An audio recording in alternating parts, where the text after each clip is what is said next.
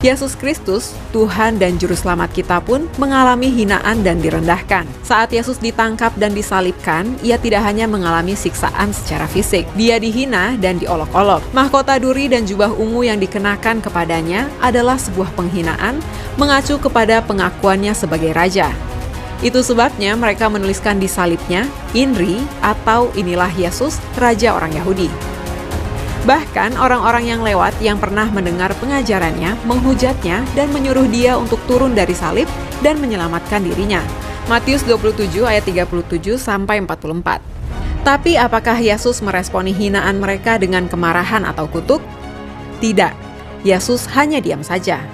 Bahkan dalam Lukas 23 sampai 34, Yesus berdoa dan memohon pengampunan bagi orang-orang yang telah menyakitinya. Ya Bapa, ampunilah mereka, sebab mereka tidak tahu apa yang mereka perbuat.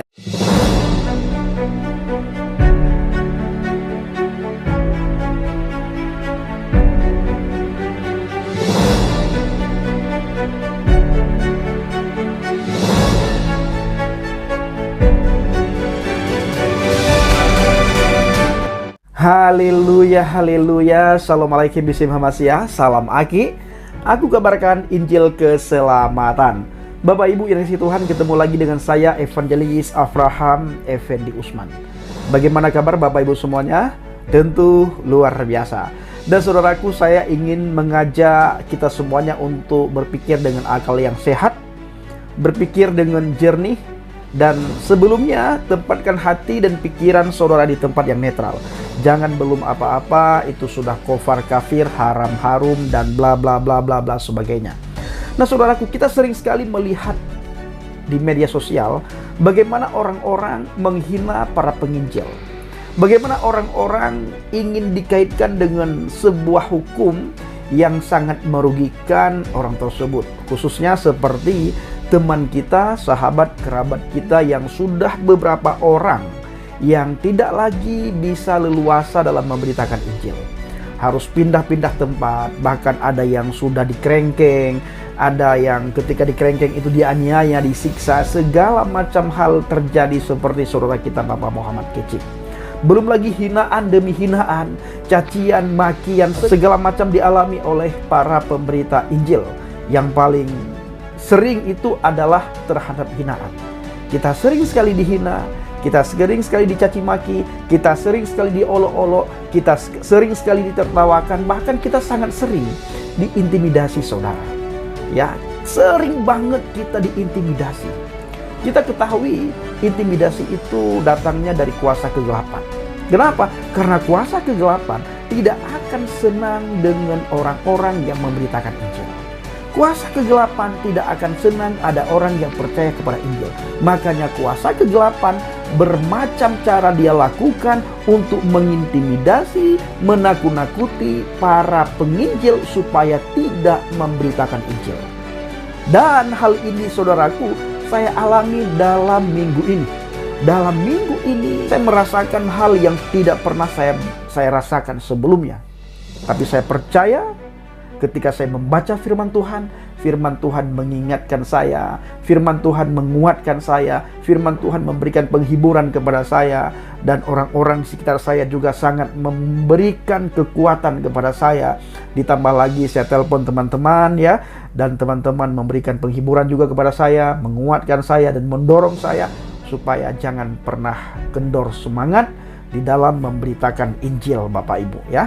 Nah sekalipun intimidasi itu datang bertubi-tubi lewat WA, email, dan berbagai hal kita dengar di luar sana mengenai kami para penginjil, tetapi saya ingin katakan satu hal, Tuhan tidak pernah memberikan kepada kita roh ketakutan, melainkan kasih, kuasa, dan pengendalian diri. Menjadi pertanyaannya adalah kenapa kita diintimidasi, kita ditakut-takutin, ya, kita diawasi, kita dihina, kita dicaci maki, kita diolok-olok, kita ditertawakan.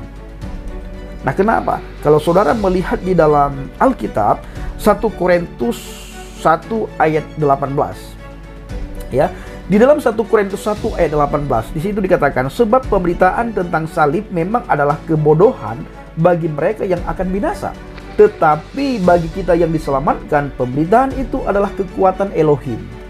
Bapak Ibu, ketika kita memberitakan Injil, ada orang yang tidak senang. Ada orang yang sangat tidak senang. Bahkan mereka mencoba untuk melukai kita, mencelakai kita, ya. Dan tidak segan-segan kita dianggap adalah penistaan agama. Nah, ini dikarenakan saudara, pemberitaan tentang salib memang adalah kebodohan bagi mereka yang akan binasa. Nah, ini bukan kata saya, ini kata Alkitab.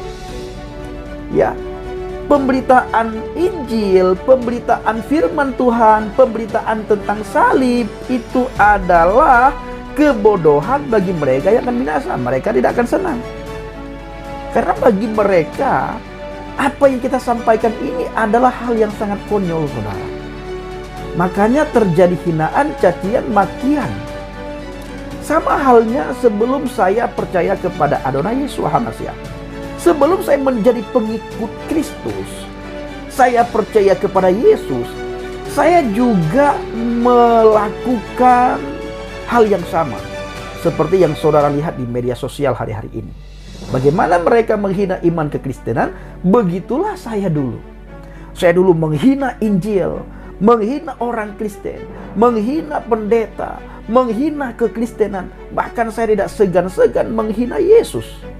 Mengutuk orang Kristen, bahkan di dalam doa saya pun saya sering mengutuk orang Yahudi, orang Nasrani, orang yang tidak seiman, seagama, seakidah dengan saya, Bapak Ibu. Itu sebelum saya menjadi pengikut Kristus. Sebelum saya percaya kepada Yesus. Nah, kenapa? Karena bagi saya dulu, orang yang memberitakan Injil, cerita tentang salib, kabar tentang salib, kabar tentang kerajaan Tuhan, itu adalah hal yang tidak masuk akal. Ya. Lebih-lebih lagi saya harus percaya kepada seorang manusia yang dikatakan Tuhan. Saya tidak akan percaya karena bagi saya tidak mungkin, ya, tidak mungkin Tuhan menjadi manusia. Tidak mungkin Tuhan itu bisa dilihat. Tidak mungkin Tuhan itu berdoa. Tidak mungkin Tuhan itu dilahirkan. Itu bagi saya dulu. Maka saya selalu katakan betapa bodohnya orang Kristen yang mengatakan Yesus Kristus itu Tuhan dan Juru Selamat. Ditambah lagi ketika saya melihat kematian Yesus Kristus di kayu salib, ya jelas sekali orang Kristen itu bodohnya minta ampun. Itu pemikiran saya dulu, Bapak Ibu, sebelum saya percaya kepada Yesus. Saya berpikir bagaimana Yesus menyelamatkan umat manusia, sementara dia tidak bisa menyelamatkan dirinya sendiri di atas kayu salib.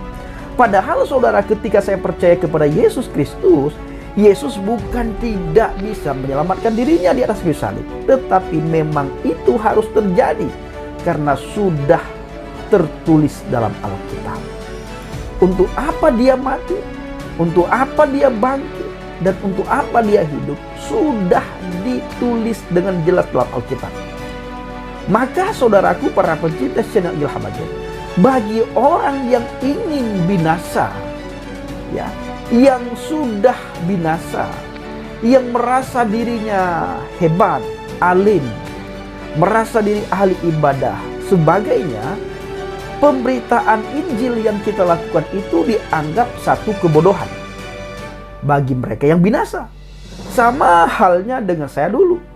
Saya menganggap orang-orang saudara semuanya yang memberitakan Injil adalah satu hal yang sangat bodoh. Kenapa harus memberitakan Injil? Kenapa? Saya tidak tahu pada waktu itu, Bapak Ibu. Ternyata setelah saya percaya kepada Yesus, betapa luar biasanya Alkitab itu, dan kita harus memberitakan firman Tuhan kepada semua makhluk. Harus kita beritakan. Bapak Ibu, saya berubah. Saya diubahkan itu ketika saya membaca firman Tuhan. Firman Tuhanlah yang mengubah saya. Firman Tuhanlah yang mengubah perilaku saya. Firman Tuhanlah yang mengubah pola pikir saya. Firman Tuhanlah yang mengubah tingkah laku saya. Dan firman yang sama yang menyelamatkan saudara dan saya. Kalau tidak, saudaraku, saya sampai hari ini masih terus mencari keselamatan dengan cara saya sendiri. Saya harus rajin begini, begono, begini, begono, begini, begono. Capek sekali saudaraku.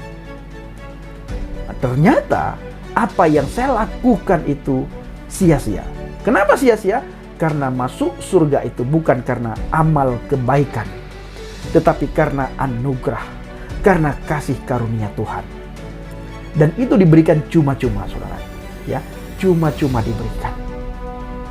Nah, saya harus memahami, saya harus mengerti. Ketika saya memutuskan percaya kepada Yesus, yang dulunya saya menghina, mengolok-ngolok, menertawakan, sekarang saya ditertawakan, dihina, diolok-olok oleh mereka yang akan binasa.